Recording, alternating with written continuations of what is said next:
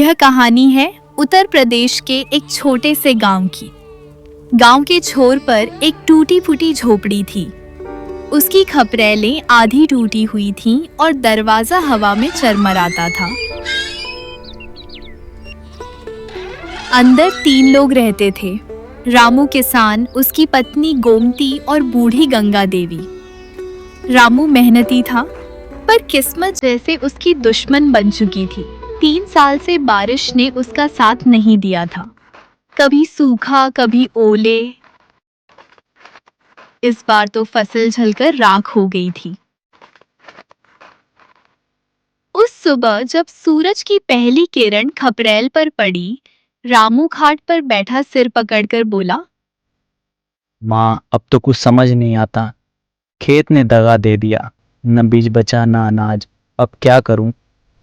बेटा, भगवान पर भरोसा रख। मेहनत करने वाला कभी भूखा नहीं मरता। गोमती चूल्हे में सूखी टहनियां डाल रही थी। वो धीरे से बोली, भरोसा तो है माँ, पर पेट तो भरोसे से नहीं भरता। घर में बस थोड़ा सा चना और आधा मटका पानी बचा था। फिर भी तीनों एक दूसरे को ढांढस बंधाते रहे। रात को झोपड़ी में चांदनी झर रही थी। रामू देर तक जागता रहा। आंखों में बेचैनी थी। आखिर उसने माँ से कहा, माँ, अब मैं शहर जाऊंगा, मजदूरी करूंगा, कुछ पैसे कमाकर भेजता रहूंगा। गंगा देवी की आंखें भर आईं, पर उन्होंने सिर हिलाकर हाँ की। गोमती ने उसका फटा झोला ठीक किया, उसमें 2 सूखी रोटियां और एक पुराना ताबीज रख दिया। सुबह जब रामू निकला तो गांव के रास्ते धूल से भरे थे। वो हर कदम पर पीछे मुड़कर देखता, जहां गोमती और माँ उसे विदा कर रही थीं। रास्ते में एक पुराना मंदिर आया। रामू रुका और भगवान से बोला, हे ठाकुर जी, इस बार मेरी मेहनत को मंजिल दे देना। फिर वो चल पड़ा, उम्मीद और डर के बीच। रामू के जाने के बाद झोपड़ी और भी सुनसान लगने लगी, पर माँ की आंखों में चिंता थी और गोमती के दिल में हिम्मत। वो सुबह सुबह कुल्हाड़ी लेकर जंगल जाती। जंगल में सन्नाटा, पत्तों की सरसराहट और दूर कहीं पक्षियों की आवाज। एक दिन जब वो जंगल में लकड़ियां काट रही थी,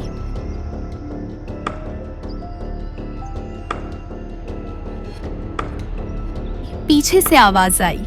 ओ गोमती, अकेली जंगल में? वो पीछे मुड़ी तो देखा, गांव का चौधरी खड़ा था। चौधरी बोला, ये जंगल मेरी जमीन है, बिना इजाजत लकड़ी काटी तो सजा मिलेगी।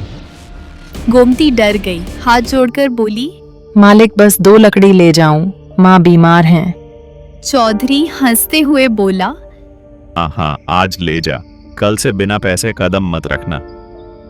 वो बिना जवाब दिए लकड़ियां बांधकर चली गई।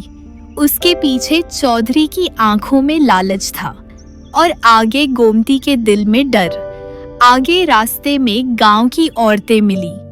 गांव की औरतें बातें बनाती, अरे, गोमती तो अब मर्द बन गई है।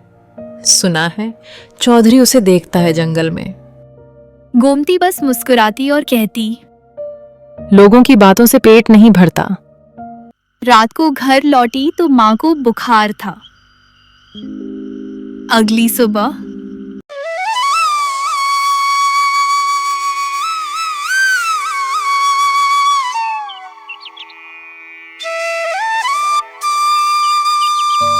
गोमती ने चूड़ियां उतारी और हाट में बेच दी ताकि माँ की दवा ले सके। उस रात उसने माँ के पैर दबाए और कहा, माँ, रामू जरूर लौटेगा, बस एक बार बरसात सही आ जाए। लेकिन बरसात नहीं आई, सिर्फ आंधियां आईं।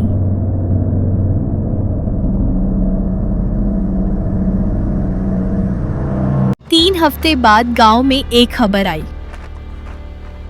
शहर में पुल गिर गया, कई मजदूर मारे गए।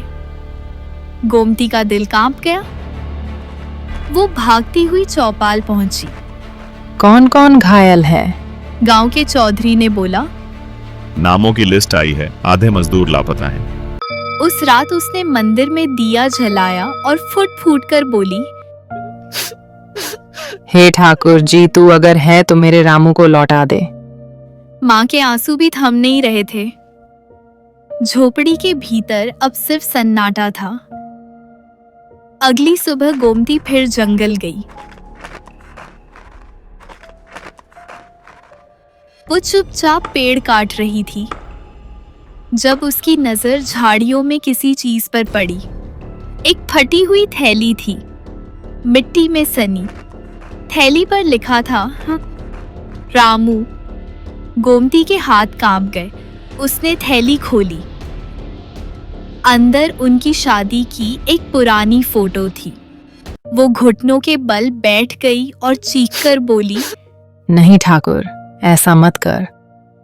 आंसू मिट्टी में गिरते रहे और तभी पीछे से आवाज आई। गोमती। वो धीरे धीरे पलटी। रामू सामने खड़ा था, कपड़े फटे हुए, चेहरा धूल में सना पर जिंदा। गोमती दौड़कर उसके गले लग गई। रामू बोला, पुल के नीचे दब गया था। सब मुझे मरा समझकर छोड़ गए। एक गरीब मजदूर ने मेरी जान बचाई। मैं महीनों अस्पताल में था। गोमती की आंखों से राहत के आंसू झर रहे थे।